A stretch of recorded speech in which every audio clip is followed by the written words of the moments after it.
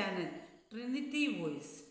യേശുവേ എൻ പ്രാണനായക, ജീവനെനിക്കേകിയോനേ,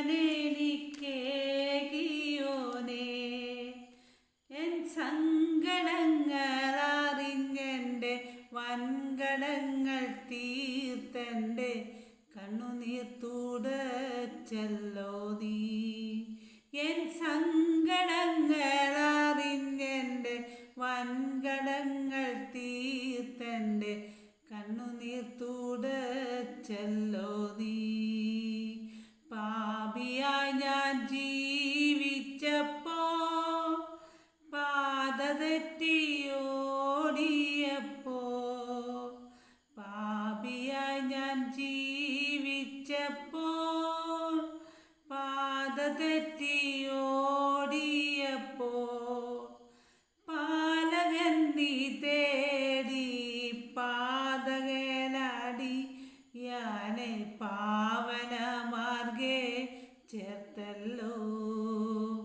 പാലകൻ നീ തേടി പാതകനടിയാനെ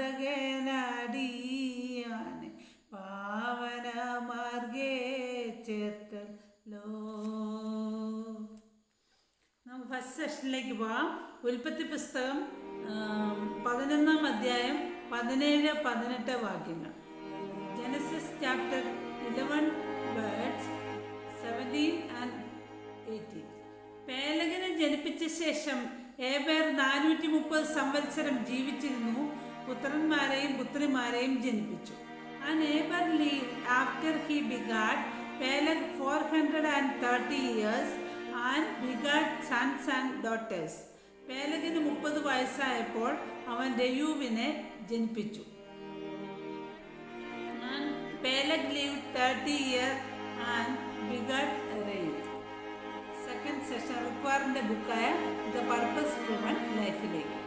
in today's competitive culture, we are taught to never give up and never give in, so we don't hear much about surrendering. If winning is everything, surrendering is unthinkable. We would rather talk about winning than yielding, submitting, obeying and surrendering. But surrendering to God is the heart of worship. It is the natural response to God's amazing love and mercy. We give ourselves to Him not out of fear or duty, but in love, because He first loved us. After spending 11 chapters of the book of Romans explaining God's incredible grace to us, Paul urges us to fully surrender our lives to God in worship. ഇനി നമുക്ക് third സെഷനിലേക്ക് പോകാം. Proverb അല്ലെങ്കിൽ സദൃശവാക്യങ്ങൾ. Proverb 10 words 25 and 26. സദൃശവാക്യങ്ങൾ 10-25-26. ചുഴലിക്കാറ്റ് കടന്നു പോകുമ്പോൾ ദുഷ്ടനില്ലാതെയായി, നീതിമാനോ ശാശ്വതമായ അടിസ്ഥാനം ഉള്ളവൻ. As the whirlwind passeth, so is the wicked no more, but the righteous is an everlasting foundation. ചൊറുക്ക പല്ലിനും പുക കണ്ണിനും ആകുന്നത് പോലെ മടിയൻ തന്നെ അയക്കുന്നവർക്ക് ആകുന്നു. As vinegar to the teeth and as smoke to the eyes, so is the sluggard to them that send him. Fourth session. Mathai ഇത് സുവിശേഷം. Mathew 4:5. Matthew chapter 4 words 5.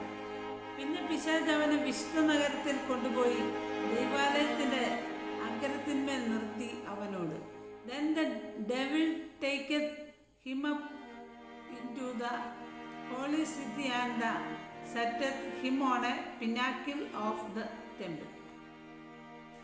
Fifth session. നെഹമ്യാവിനെതിരെ ഒരു ഗൂഢാലോചന. ഞങ്ങൾ വാതിലുകളുടെ പണി പൂർത്തിയാക്കിയില്ലെങ്കിലും മതിൽപ്പണി പൂർത്തിയാക്കിയെന്ന് ശത്രുക്കൾ അറിഞ്ഞു.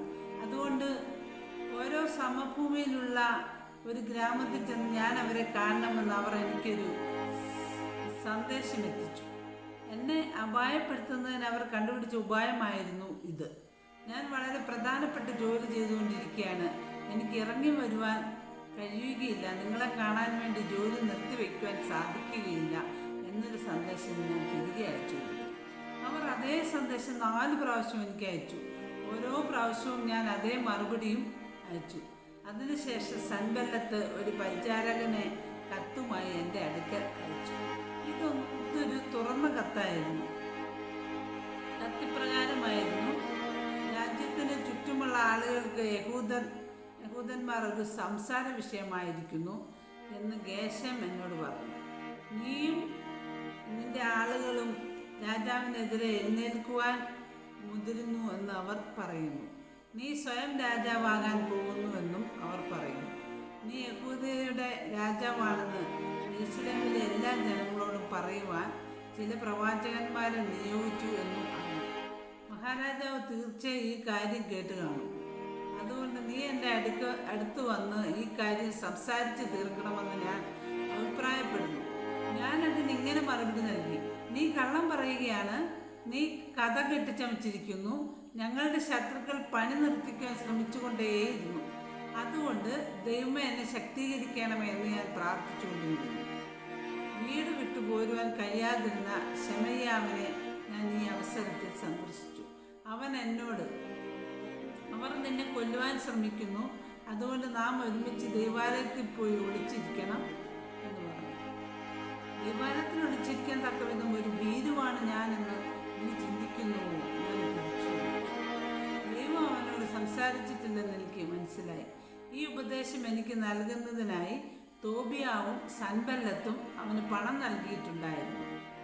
എന്നെ ഭയപ്പെടുത്തി തെറ്റ് ചെയ്യിപ്പിക്കുവാൻ വേണ്ടി അവർ അവനെ സ്വാധീനിച്ചിരുന്നു.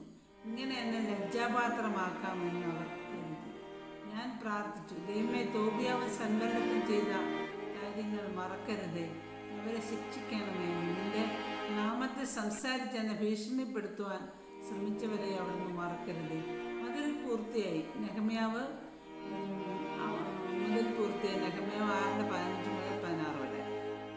52 ദിവസത്തെ പണിക്ക് ശേഷം മതിൽ പണി പൂർത്തിയായി. അയൽരാഷ്ട്രങ്ങളിലെ ഞങ്ങളുടെ ശത്രുക്കൾ ഈ വിവരം അറിഞ്ഞപ്പോൾ ലജ്ജിച്ചു തലതാഴ്ത്തി. ദൈവത്തിൻ്റെ സഹായം മൂലമാണ് പണി തീർന്നതെന്ന് എല്ലാവരും മനസ്സിലാക്കി. ഇനി നമുക്ക് ഈ വായിച്ച പുസ്തകങ്ങളുടെയൊക്കെ കണ്ടന്റ് ഒന്ന് നോക്കാം. ഒന്ന് ഫസ്റ്റ് സെഷൻ എന്ന് പറഞ്ഞാൽ ഉൽപ്പത്തി പുസ്തകമാണ്, അതായത് ജനസിസ് ആണ്. പേലഗിനെ ജനിപ്പിച്ച ശേഷം ഏബർ 430 സംവത്സരം ജീവിച്ചിരുന്നു. പുത്രിമാരെ ജനിപ്പിച്ചു. വംശാവലി ആയതുകൊണ്ടാണ് കൂടുതലും ജനിപ്പിച്ചു അങ്ങനെയൊക്കെയുള്ള വാക്കുകൾ കൂടുതൽ വരുന്നത്. And Eber lived after he begat Peleg for 130 years and begat sons and daughters. പേലഗിന് 30 വയസ്സായപ്പോൾ അവൻ രയൂവിനെ ജനിപ്പിച്ചു. And Peleg lived 30 years and begat Reu. ഈ സെക്കൻഡ് സെഷൻ മിക്കവാറിൻ്റെ ബുക്കായത് പർപ്പസ് ഡ്രിവൺ ലൈഫിൽ നിന്ന് നമ്മൾ അതിൻ്റെ പ്രധാനപ്പെട്ട ഒരു ഉള്ളടക്കം, അതായത് കണ്ടന്റ് എടുത്തിട്ടുണ്ട്. അതിൻ്റെ പ്രധാനപ്പെട്ട ഒരു പോയിന്റ് എടുത്തിട്ടുണ്ട്. If winning is everything, surrendering is unthinkable.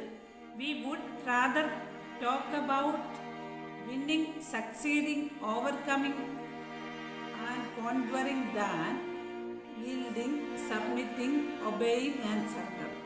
In the third session, proverb or അല്ലെങ്കിൽ സദൃശവാക്യങ്ങൾ. ദുഷ്ടനെയും നീതിമാനെയും പറ്റിയ ഒരു കോറിലേറ്റീവ് സ്റ്റഡിയാണ് ഇവിടെ നടത്തിയിരിക്കുന്നത്. താരതമ്യ പഠനം അല്ലെങ്കിൽ കോറിലേറ്റീവ് അല്ലെങ്കിൽ താരതമ്യ പഠനമാണ് ഇവിടെ നടത്തിയിരിക്കുന്നത്. ചുഴലിക്കാറ്റ് കടന്നു പോകുമ്പോൾ ദുഷ്ടൻ ഇല്ലാതെയായി എന്ന് പറയുന്നു. അതായത് അല്ലെങ്കിൽ നീതിമാന് ശാശ്വതമായ ഒരു അടിസ്ഥാനമുള്ളവൻ ഇന്നും കാണുന്നു. ചുഴലിക്കാറ്റ് കടന്നു പോകുമ്പോൾ അവന് ഒരു അടിസ്ഥാനമില്ലാത്തവൻ, ദുഷ്ടൻ ഒരു അടിസ്ഥാനമില്ലാത്തവനാണല്ലോ. അങ്ങനെ ഉള്ളവർ ഇല്ലാതെയായി പോകുന്നു എന്നാണ് പറയുന്നത്. അതായത് നീതിമാനാണെങ്കിൽ ശാശ്വതമായ ഒരു അടിസ്ഥാനം ഉണ്ട് എന്നും ഈ വചനത്തിൽ നമുക്ക് കാണാൻ സാധിക്കും.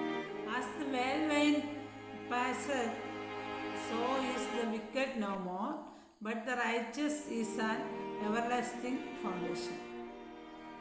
ഇനി ചൊറുക്ക പല്ലിനും പുക കണ്ണിനും ആവുന്നത് പോലെ മടിയൻ തന്നെ അയക്കുന്നവർക്ക് ആകുന്നു. As vinegar to the teeth as smoke to the eyes, so is the sluggard to them that send him. നമുക്ക് ഫോർത്ത് സെഷൻ നോക്കാം. മാത്യു അല്ലെങ്കിൽ മത്തായി എഴുതിയ സുവിശേഷം. പിന്നെ പിശാച് അവനെ വിശുദ്ധ നഗരത്തിൽ കൊണ്ടുപോയി ദൈവാലയത്തിൻ്റെ അഗ്രത്തിന്മേൽ നിർത്തി അവനുണ്ട്. അതായത് യേശുവിൻ്റെ പരീക്ഷകളെ പറ്റിയുള്ള കാര്യങ്ങളാണ്. അപ്പോൾ ഇനി അതിൻ്റെ താഴത്തേക്കുള്ള വാക്യങ്ങൾ നമുക്കത് എന്താണ് അവിടെ നടക്കുന്നത് നമുക്ക് അടുത്ത വാക്യങ്ങളിലൊക്കെ കാണാം. അതായത് നഗരത്തിന്മേൽ നിർത്തി താഴോട്ട് ചാടുക എന്നുള്ളതാണെന്ന് എല്ലാവർക്കും അറിയാവുന്നതുപോലെ ഇവിടെ ഇപ്പം ഈ വാക്യം ഇവിടെ നിർത്തി അവനോടെന്ന് വരെ നിർത്തിയിരിക്കുകയാണ്. അപ്പോൾ അടുത്ത ദിവസമൊക്കെ വായിക്കുമ്പോൾ നമുക്ക് അതിൻ്റെ ബാക്കി അറിയാൻ പറ്റും. Then the devil taketh him up into the holy city and setteth him on a pinnacle of the temple. അപ്പോൾ ഇന്നിപ്പോൾ നമ്മുടെ എല്ലാ സെഷനുകളും അവസാനിച്ചിരിക്കുകയാണ്. Bless you.